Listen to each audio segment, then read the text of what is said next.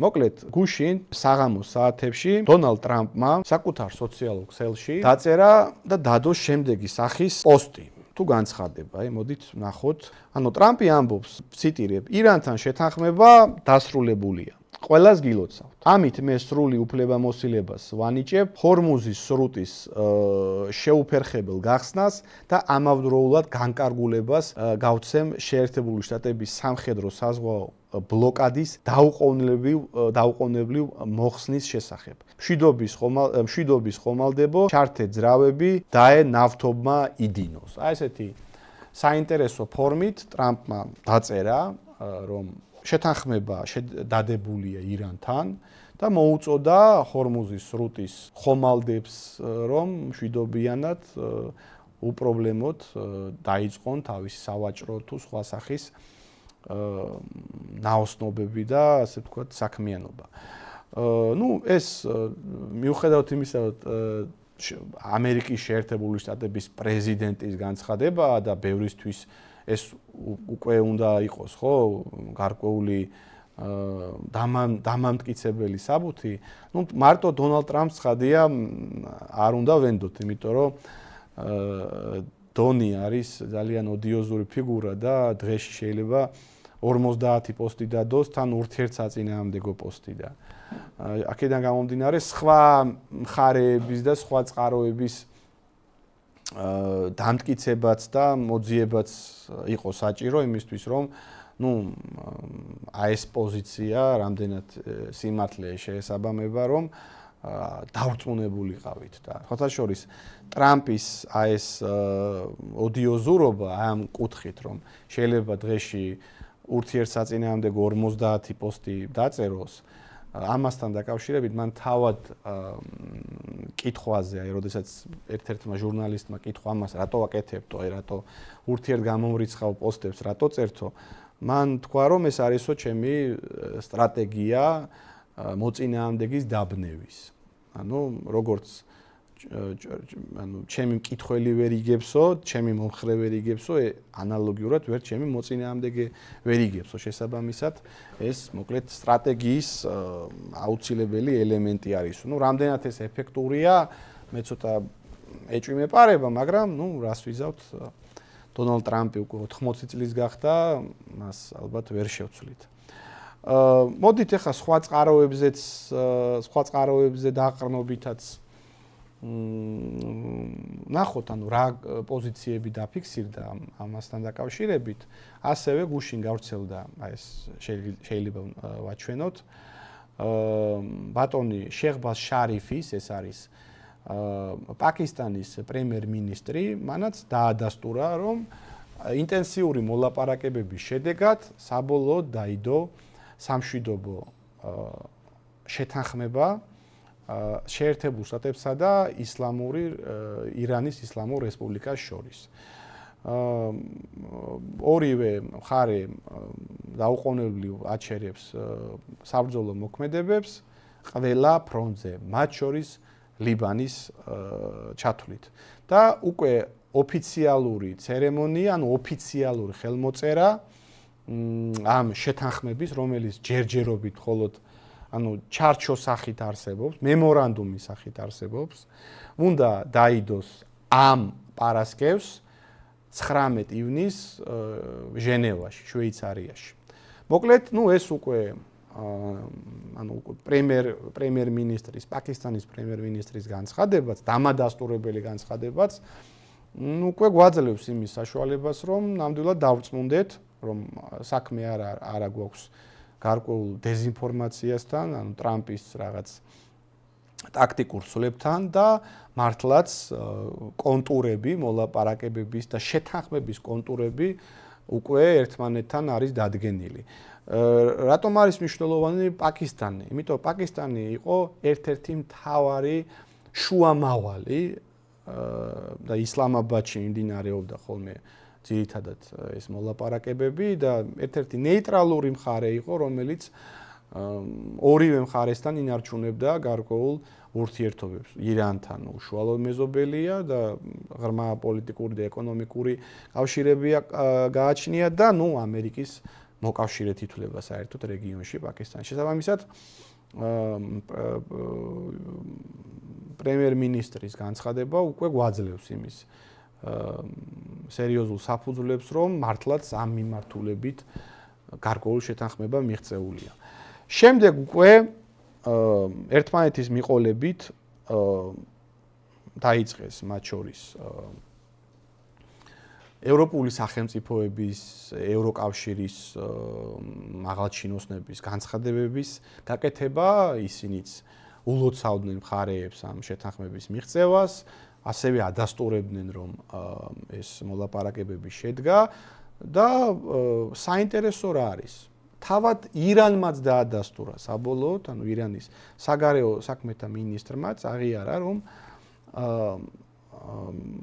ეს ჩარჩო შეთანხმება კიდევ ერთხელ რომ მაყურებელი შეცდომაში არ შევიდეს, ხელი მოეწერა უბრალოდ მემორანდუმს. ანუ რაზე უნდა შეთანხმდნენ და უშუალოდ ოფიციალური, ანუ უკვე საბოლოო სახის ხელმოწერა სამშვიდობო შეთანხმებაზე უნდა მოხდეს ამ პარასკევს 19 ივნის ჟენევაში. რას მოიცავს ეს შეთანხმება? ამასთან დაკავშირებით სხვადასხვა უბრალოდ ინფორმაციები ვრცელდება ორივე მხრიდან, ხანდახან ძალიან გადაჭარბებულია ხოლმე ან ირანის სასარგებლოდ, ან ამერიკელების სასარგებლოდ, მაგრამ ეს მემორანდუმის შესახებ ერთ-ერთმა ირანულმა სააგენტომ გაავრცელა ეს პუნქტები, ანუ 14 პუნქტი, რომელსაც მოიცავს ეს შეთანხმებები და მოდი ჩამოვთვალოთ რაზეა საუბარი. თუმცა კიდევ ერთხელ ვიმეორებ, ეს არის ირანული ვერსია, ირანული ინტერპრეტაცია და ცხადია ირანელები ძალიან აჭარბებენ ხოლმე როგორც კონფლიქტის მონაწილე მხარე და თავის სასარგებლოდ ცდილობენ სურათის წარმოჩენას, ამიტომ ეს არ არის 100%-ით გარანტირებული საბოლოო სახის შეთანხმება. შეიძლება ჩვენ უბრალოდ გარკვეულ შელამაზებულ, გაზვიადებულ პუნქტებთან გქონდეს საქმე. მოკლედ, პირველი ეს არის დაუყოვნებლივ ცეცხლის შეწყვეტა ყველა ფრონტზე, მათ შორის ლიბანის ჩათვლით.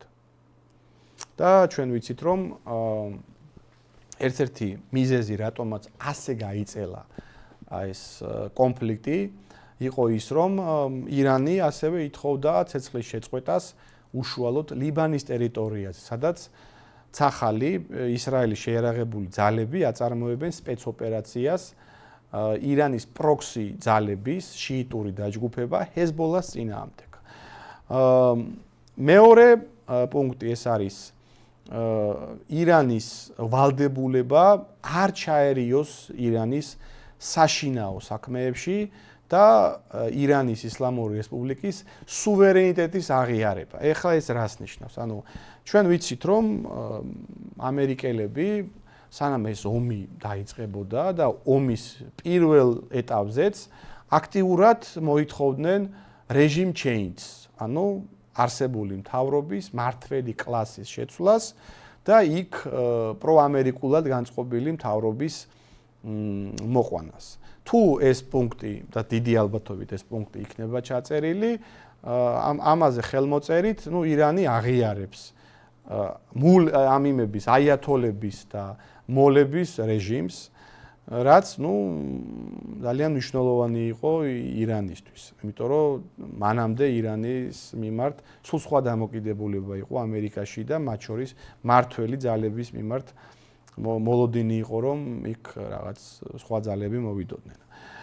მესამე პუნქტი ეს არის სრული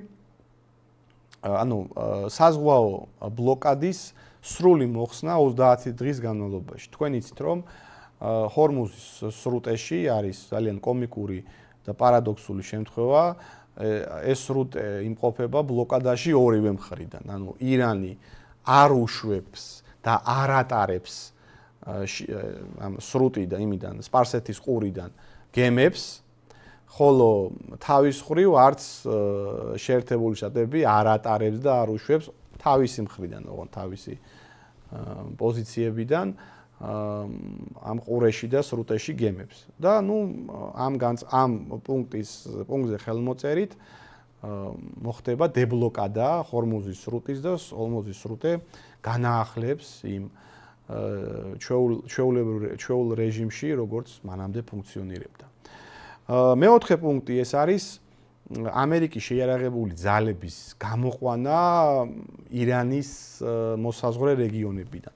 აქ ცოტა უცნაურია რა იგულისხმება, იმიტომ რომ ამერიკელებს შეიძლება ითქვას ყველგან ყავთ ირანის საზღვრებთან პრაქტიკულად ყველა სახელმწიფოში ამერიკული მცირე თუ რაღაცა მსხვილი მასშტაბის რაღაც სამხედრო ან ინფრასტრუქტურა ან ბაზა დგას, ხო? პრაქტიკულად შეიძლება ითქვას სომხეთ, აზერბაიჯანი, თურქმენეთი და ავღანეთი პაკისტანის გარდა დასავლეთი მიმართულებით ყველგან ამერიკული ბაზები დგას. ერაყში დგას, თურქეთში დგას, საუდის არაბეთში დგას, ქუვეითში დგას, ბაჰრეინში დგას, გაერთიანებულ ემირატებში დგას, ყატარში დგას და მე ცოტა ნაკლებად მგონია რომ საუბარი მიდიოდეს ამ ქვეყნებიდან ამერიკული ჯარების გაყვანაზე, ეგ უბრალოდ ნიშნავს სრულ კაპიტულაციას. ამერიკელებმა ამ სახელმწიფოებიდან თუ ჯარები გაიყვანეს ირანელების მოთხოვნის საფუძვლებზე, ეს ნიშნავს სრულ რაც ამერიკელებმა მეორე მსოფლიო ომის შემდეგ პოლიტიკა გაატარეს ამ რეგიონში, ახლო აღმოსავლეთში, იმის სრული ასე ვთქვათ, დევალვაცია და სრული განადგურება. რაც ნაკლებად სავარაუდოა. სავარაუდოდ საუბარი მიმდინარეობს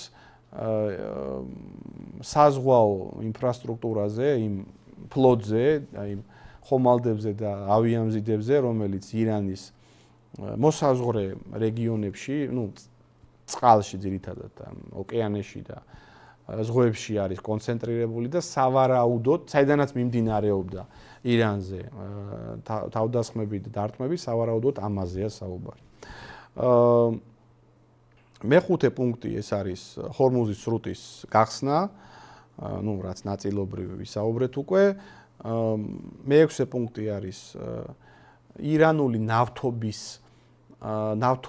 გაყიდვაზე სანქციების მოხსნა და ჩვენ ვიცით რომ ამერიკელებმა დიდი ხნის წინ სანქციები დაადეს ამ ომის დაწყებამდე წლების განმავლობაში ირანულ ნავთობს და ენერგეტიკულ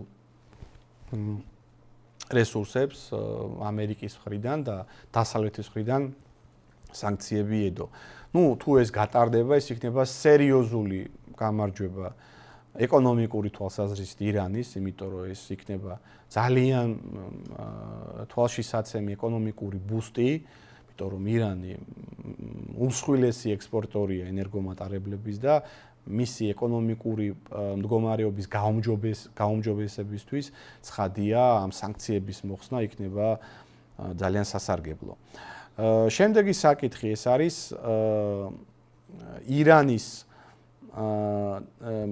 ირანის მისამართით შეერთებული შტატების და მისი მოკავშირეების მხრიდან იმ დანგრეული რაღაც ინფრასტრუქტურის რეკონსტრუქციისთვის დაახლოებით 300 მილიარდი დოლარის ოდენობის რესურსების მოძიება. არ ვიცი ეს რას ნიშნავს, ცოტა ძალიან გადაჭარბებულად მეჩვენება, არ ამგონია რომ 300 მილიარდი დოლარი ვინმე დახარჯოს მით უმეტეს ამერიკამ ირანის აღდგენისთვის და რეაბილიტაციისთვის, თუმცა აი სანამ ეთერში შემოვიდოდი, JD Vance ამერიკის ვიცე-პრეზიდენტს დაუსვეს ეს შეკითხვა, მართლა ხომ არ აპირებს ამერიკა 300 მილიარდი დოლარის გადახდას ირანისთვის და JD Vance-ის პასუხი იყო ორაზროვანი. მან განაცხადა, რომ თუ ირანი შეასრულებს მასზე დაკისრებულ ვალდებულებებს და აღებულ აი ამ ვალდებულებებს, არ არის გამორიცხული ამერიკამ აი ეს სახსრები, არ ვიცი საიდანაც გამოუყოს. დაველოდოთ, მოკლედ მეგობრებო, პარასკევს